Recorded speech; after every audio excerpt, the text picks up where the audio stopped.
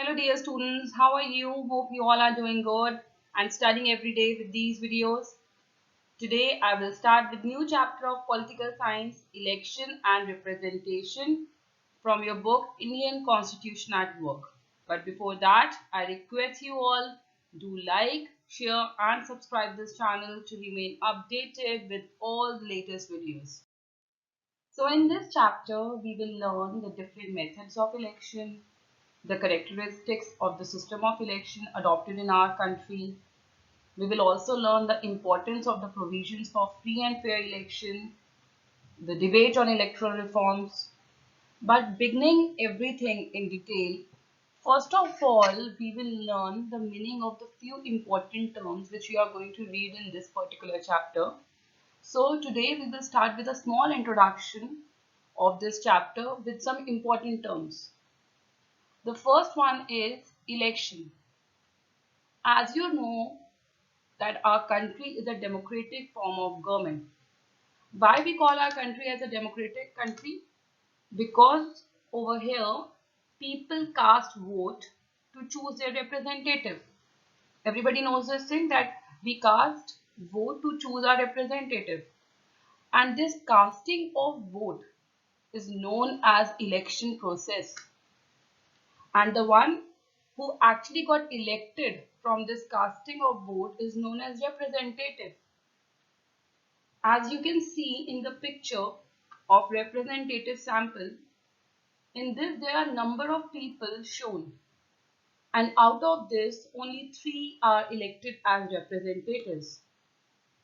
So representatives are basically the ones who speak or act on the behalf of others, like our leaders. We choose our leaders with the process of election, and after the election, the ones who are become the representative will work for the people of our country. Now the question arises, who are eligible to cast the vote?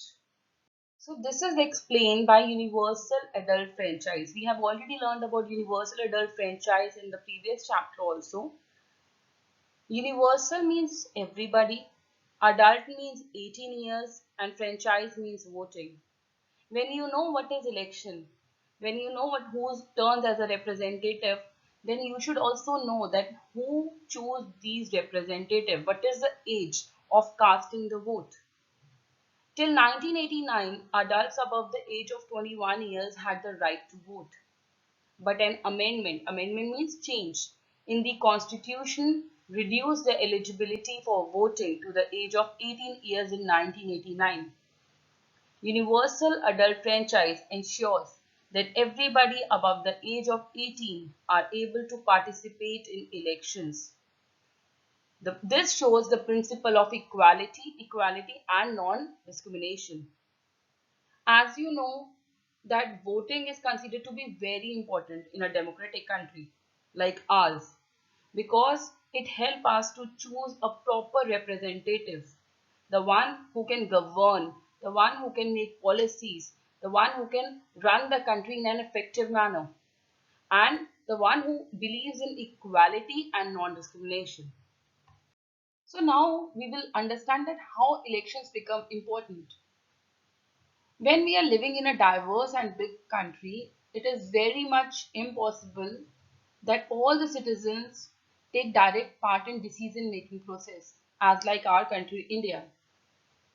Elections have today become the most visible symbol of the democratic process. We often distinguish between direct democracies and indirect democracies.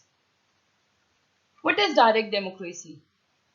Direct democracy is basically a process where people do not elect representatives. Here people directly participate in decision making process. People sit together, discuss and make their own decision.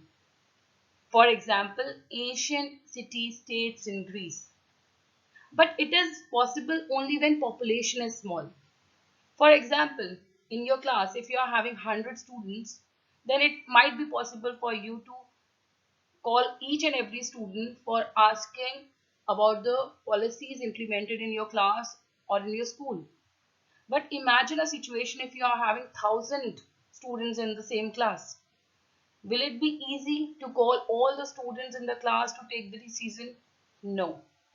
That is indirect democracy. Where population is large, direct democracy is not possible over there. It will lead to tensions, chaos, delay in decision making, like India, USA, or any other country. Over here, the people choose representatives, like you are having head boy and head girl in your school who represent the entire school. So these representatives takes the decision or helps in the decision making process. In India, direct democracy only exists in village panchayats. So today we have learned the meaning of the term election, representative, universal adult franchise, and direct and indirect democracy. This is all for today.